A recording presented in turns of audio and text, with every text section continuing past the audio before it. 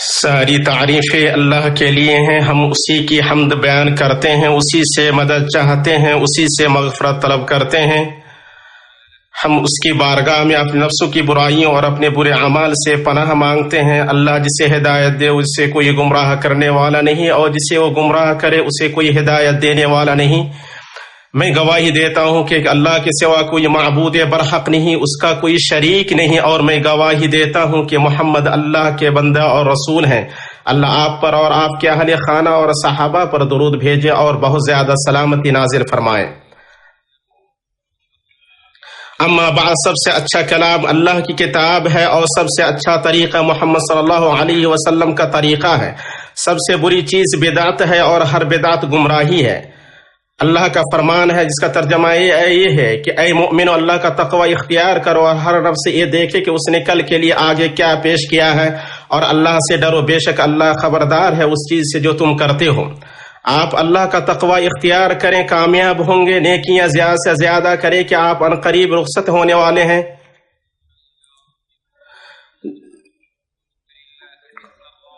جو کوئی نیک عمل کرے گا تو اس کے لیے ہے، اور جو برے کام کرے گا تو ان کا ضرر اسی کو ہوگا۔ پھر تم اپنے پروردگار کی طرف لوٹ کر جاؤ گے۔ آپ اللہ کو خوشحالی میں یاد کریں، وہ آپ کو بدحالی میں یاد کرے گا۔ جب آپ مردوں کا ذکر کریں تو اپنے آپ کو ان میں کا ایک شمار کریں، اور جب آپ کا نفس دنیا کی کسی چیز پر آمادہ ہو تو اس کے انجام کو دیکھیں۔ اللہ کے بندوں، لوگ اپنی قبروں سے ایسی حالت میں نکلیں گے کہ ان کے بدن ننگے، ان کے پیر خالی اور ان کے ہونٹ پزمردہ ہوں گے۔ یہ وہ دن ہوگا جس میں سب لوگ اکٹھے کیے جائیں گے، اور یہ وہ دن ہوگا جس میں سب اللہ کے روبرو حاضر کیے جائیں گے۔ اور جو لوگ کافر ہیں ان کا اعتقاد ہے کہ وہ دوبارہ ہرگز نہیں اٹھائے جائیں گے۔ کہہ دو کہ ہاں میرے پروردگار کی قسم، تم ضرور اٹھائے جاؤ گے۔ پھر جو کام تم کرتے رہے وہ تمہیں بتائے جائیں گے، اور یہ بات اللہ کو آسان ہے۔ اس عظیم دن میں اللہ بندوں کے اعمال تولنے اور اپنا کمال عدل دکھانے کے لیے میزان نصب فرمائے گا، اور اللہ تعالیٰ کا فرمان ہے کہ اور ہم قیامت کے دن انصاف کی ترازو کھڑی کریں گے تو کسی شخص کی ذرا بھی حق تلفی نہ کی جائے گی، اور اگر رائے کے دانے کے برابر بھی کسی کا عمل ہوگا تو ہم اس کو حاضر کریں گے، اور ہم حساب کرنے کو کافی ہیں۔ اور اللہ کا فرمان ہے کہ جن کی ترازو کا پلہ بھاری ہوگا وہ تو نجات والے ہوں گے، اور جن کی ترازو کا پلہ ہلکا ہوگا یہ وہ ہیں جنہوں نے اپنا نقصان آپ کر لیا، جو ہمیشہ کے لیے جہنم واصل ہوئی۔ چنانچہ اس شخص کے لیے خوشخبری ہو جس کی ترازو نیکیوں سے بھاری ہو، اور گھاٹا ہو اس شخص کو جس کی ترازو ہلکی ہو، اور جس کے پلے ہلکے ہوں گے اس کا ٹھکانہ حاوی ہے۔ تجھے کیا معلوم وہ کیا ہے؟ وہ دہکتی ہوئی آگ ہے۔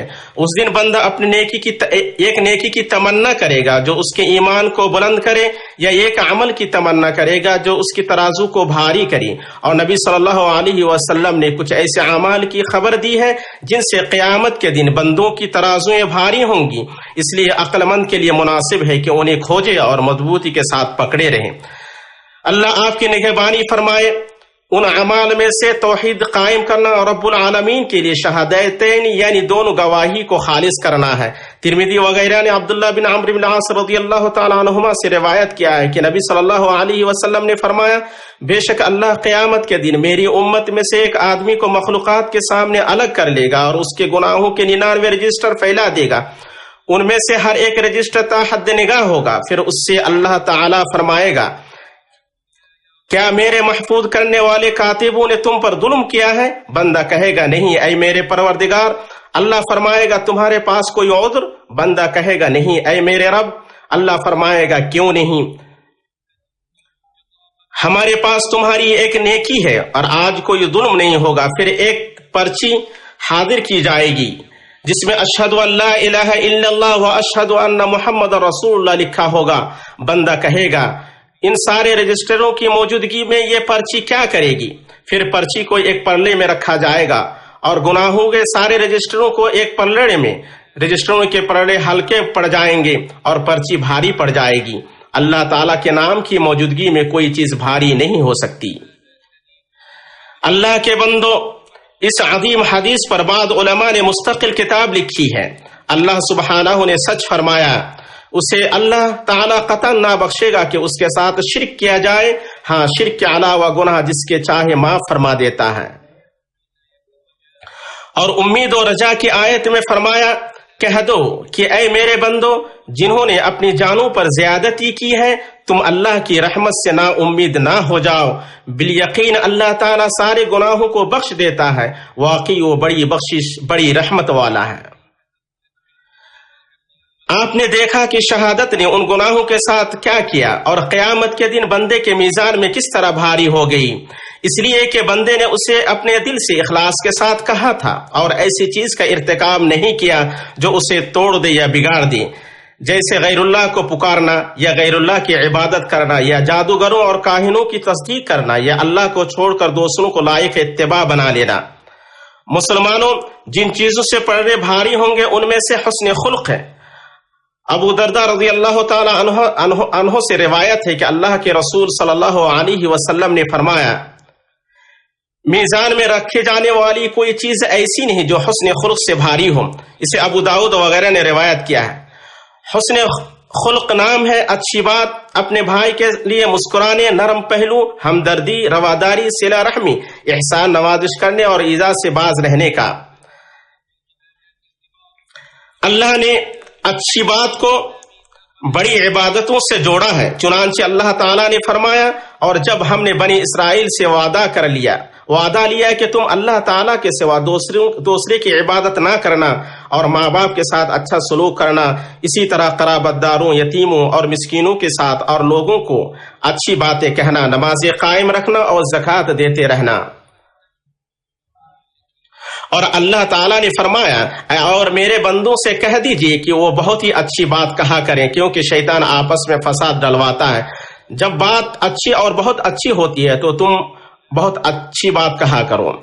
تمام لوگوں کے ساتھ، مومن و کافر، چھوٹے اور بڑے، مالدار و نادار، سب کے ساتھ حسن خلق ہو۔ آپ صلی اللہ علیہ وسلم فرماتے ہیں، بے شک آدمی اپنے حسن خلق سے روزے دار قیام کرنے والے انسان کے مرتبے کو پا لیتا ہے۔ اسے احمد اور ابو داؤد نے روایت کیا ہے۔ نیز فرماتے ہیں، تم میں سے میرے نزدیک سب سے محبوب اور قیامت کے دن مجلس میں میرے سب سے قریب تم میں سے اچھے اخلاق والے ہیں۔ اسے ترمذی نے روایت کیا ہے۔ آپ صلی اللہ علیہ وسلم اور فرماتے ہیں، لوگوں کو جنت میں سب سے زیادہ داخل کرنے والی چیز اللہ کا تقوی اور حسن خلق ہے۔ اسے احمد اور ترمذی نے روایت کیا ہے۔ لوگوں میں آپ کے حسن خلق کے سب سے زیادہ حقدار قرابت دار ہے، یعنی والدین، بیوی، اولاد۔ آپ صلی اللہ علیہ وسلم فرماتے ہیں، تم میں سب سے بہتر وہ ہے جو اپنے اہل خانہ کے لیے تم میں سب سے بہتر ہے، اور میں تم میں اپنے اہل خانہ کے لیے سب سے بہتر ہوں۔ اسے ترمذی اور ابن ماجہ نے روایت کیا ہے۔ اللہ کے بندو، تیسرا عمل جس سے قیامت کے دن پردے بھاری ہوں گے وہ اللہ تعالیٰ کا ذکر ہے۔ صحیحین میں ابو ہریرہ رضی اللہ تعالیٰ عنہ سے روایت ہے، اور یہ صحیح بخاری کی آخری حدیث ہے۔ انہوں نے کہا، اللہ کے رسول صلی اللہ علیہ وسلم نے فرمایا، دو کلمے جو زبان پر ہلکے، میزان میں بھاری اور رحمان کی یہاں محبوب ہیں، سبحان اللہ و بحمدہ سبحان اللہ العظیم۔ جو شخص قیامت کے دن اپنے میزان کو بھاری کرنا چاہے، اسے چاہیے کہ ان کلمات کو زیادہ سے زیادہ کہے اور اس کی زبان اللہ کے ذکر سے تر رہے۔ آپ صلی اللہ علیہ وسلم فرماتے ہیں، میں سبحان اللہ والحمد للہ ولا الہ الا اللہ واللہ اکبر کہوں، یہ میرے نزدیک ان چیزوں سے بہتر ہے جن پر سورج طلوع ہو۔ اسے مسلم نے روایت کیا ہے۔ نیز آپ صلی اللہ علیہ وسلم فرماتے ہیں، جو شخص ایک دن میں سبحان اللہ و بحمدہ 100 بار کہے گا، اس کی خطائیں معاف کر دی جائیں گی، اگرچہ وہ سمندر کے جھاگ کے برابر ہی کیوں نہ ہو۔ متفق علیہ۔ آپ صلی اللہ علیہ وسلم نے ابو موسیٰ اشعری رضی اللہ تعالیٰ عنہ سے فرمایا، کیا میں تمہیں جنت کے خزانوں میں سے ایک خزانے کی رہنمائی نہ کروں؟ میں نے کہا، کیوں نہیں اے اللہ کے رسول؟ آپ صلی اللہ علیہ وسلم نے فرمایا، وَلَا حَوْلَ وَلَا قُوَّةَ إِلَّا بِاللَّهِ ہے۔ متفق علیہ۔ اسراء کی رات نبی صلی اللہ علیہ وسلم کی ملاقات ابراہیم علیہ السلام سے ہوئی۔ انہوں نے کہا، اے محمد، آپ اپنی امت کو میری طرف سے سلام پہنچا دیجیے اور انہیں بتا دیں کہ جنت پاک مٹی اور میٹھے پانی والی ہے، وہ ہموار زمین ہے اور اس کا پودا سبحان اللہ والحمد للہ ولا الہ الا اللہ واللہ اکبر ہے۔ اسے ترمذی نے روایت کیا ہے۔ ام المؤمنین جویریہ بنت الحارث رضی اللہ تعالی عنہا سے روایت ہے کہ نبی صلی اللہ علیہ وسلم نے فجر کی نماز پڑھ لی کہ جب فجر کی نماز پڑھ لی تو ان کے یہاں سے نکلے جبکہ وہ اپنی مصلی میں تھیں. پھر آپ صلی اللہ علیہ وسلم چاش کے وقت لوٹے جبکہ وہ بیٹھی ہوئی تھیں. تو آپ نے فرمایا کیا تم اسی حالت پر ہو جس پر میں نے تمہیں چھوڑا تھا؟ انہوں نے کہا جی ہاں. آپ صلی اللہ علیہ وسلم نے فرمایا تمہارے بعد میں نے 4 کلمات 3 بار کہی، اگر انہیں تمہارے آج کہے ہوئے ذکر سے تولا جائے تو اس پر بھاری ہو جائے. سبحان اللہ و بحمدہ عدد خلقہ و رضا نفسہ و زینت عرشہ و مداد کلماتہ. اسے مسلم نے روایت کیا ہے. مسلمانوں، اللہ کا ذکر بہت زیادہ کرو اور صبح و شام اس کی پاکیزگی بیان کرو. وہی ہے جو تم پر اپنی رحمتیں بھیجتا ہے اور اس کے فرشتے تمہارے لیے دعائے مغفرت دعائے رحمت کرتے ہیں تاکہ وہ تمہیں اندھیروں سے اجالے کی طرف لے جائے. اور اللہ تعالیٰ مومنوں پر بہت ہی مہربان ہے. جس دن یہ اللہ سے ملاقات کریں گے ان کا تحفہ سلام ہوگا. ان کے لیے اللہ تعالیٰ نے باعزت اجر تیار کر رکھا ہے. اللہ میرے لیے اور آپ کے لیے قرآن عظیم میں برکت عطا فرمائے اور ہم سب کو سید المرسلین کی سنت سے فائدہ پہنچائے. میں اپنی یہ بات کہتا ہوں اور اللہ تعالیٰ سے اپنے لیے اور آپ کے لیے مغفرت طلب کرتا ہوں. اللہ کے لیے اس کے حمد پر اس کے احسان پر حمد ہے اور اس کی توفیق و احسان پر اس کے لیے شکر ہے. میں اللہ کی عظمت شان بیان کرتے ہوئے گواہی دیتا ہوں کہ ایک اللہ کے سوا کوئی معبود برحق نہیں، اس کا کوئی شریک نہیں، اور میں گواہی دیتا ہوں کہ محمد اس کے بندہ اور رسول ہیں جو اس کی خوشنودی کی طرف بلانے والے ہیں. اللہ آپ پر، آپ کے اہل خانہ اور تمام صحابہ پر درود و سلامتی اور برکت نازل فرمائے. اما بعد، اے مسلمانوں، جب قیامت کے دن نیکیوں اور بدیوں کا وزن ہوگا تو بندے کے لیے مناسب ہے کہ وہ تھوڑی بھلائی کو بھی حاصل کرنے اور تھوڑی برائی سے بھی پرہیز کرنے میں بے اعتنائی نہ برتے، کیونکہ اسے معلوم ہے کہ کس نیکی کے بدلے اسے معلوم نہیں کہ کس نیکی کے بدلے اللہ اس پر رحم فرمایا اور کس گناہ کی پاداش میں اس سے ناراض ہو جائے. اس لیے نیک کام زیادہ سے زیادہ کریں اور وقت رہتے اپنے نفسوں کا تدارک کریں. پھر آپ جان لیں کہ اللہ نے آپ کو ایسا حکم دیا ہے جس کی شروعات اپنے نفس سے کی ہے. چنانچہ فرمایا بے شک اللہ اور اس کے فرشتے نبی پر درود بھیجتے ہیں. اے مومنو، تم ان پر درود بھیجو اور خوب سلام پڑھو. اے اللہ، درود سلامتی اور برکت نازل فرما اپنے بندہ اور رسول محمد پر، آپ کے نیک و پاک باز اہل خانہ پر. اے اللہ، تو اپنے رسول کے تمام صحابہ سے راضی ہو جا اور قیامت تک ان لوگوں سے جو ان کا اچھی طرح اتباع کریں. اے اللہ، تو اسلام اور مسلمانوں کو غلبہ عطا کر اور سرکشوں، ملحدوں اور مفسدوں کو رسوا کر. اے اللہ، تو اپنے دین، اپنی کتاب اور اپنے نبی کی سنت اور اپنے مؤمن بندوں کی مدد فرما. اے اللہ، تو اس امت کے لیے درستی کا معاملہ طے کر دی جس میں تیرے فرما برداروں کو غلبہ حاصل ہو، گنہگاروں کو ہدایت، جس میں بھلائی کا حکم دیا جائے اور برائی سے منع کیا جائے.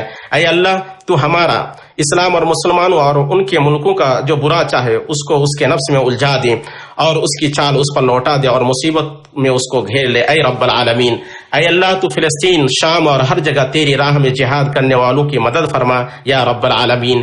اے اللہ، تو ان کی محاصرہ کو توڑ دے، ان کے حالات درست فرما دے اور ان کے دشمن کو زیر فرما. اے اللہ، تو مسجد اقصی کو ظالموں کے ظلم اور ناجائز قبضہ کرنے والوں کی جاریت سے آزاد کر دے. اے اللہ، ہم تیرے اسم اعظم کے وسیلے سے تجھ سے سوال کرتے ہیں کہ تو ہر جگہ ہمارے بھائیوں کے ساتھ لطف کا معاملہ فرما. اے اللہ، تو فلسطین، سیریا، عراق، یمن ہر جگہ کے لیے ان کے لیے ہو جا. اے اللہ، ان کے ساتھ لطف کا معاملہ فرما، ان کی مصیبت دور فرما دے اور انہیں جلدی کشادگی عطا فرما.